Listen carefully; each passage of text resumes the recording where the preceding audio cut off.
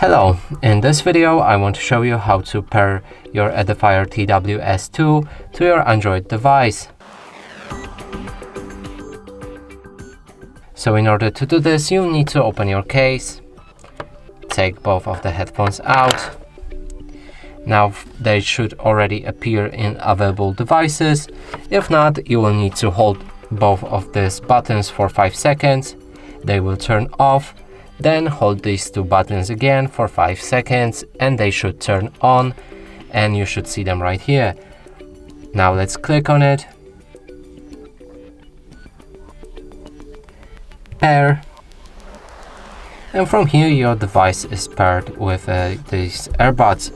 And that's it for this video. Hope you like it. Please consider subscribing to our channel, leave a like and a comment below.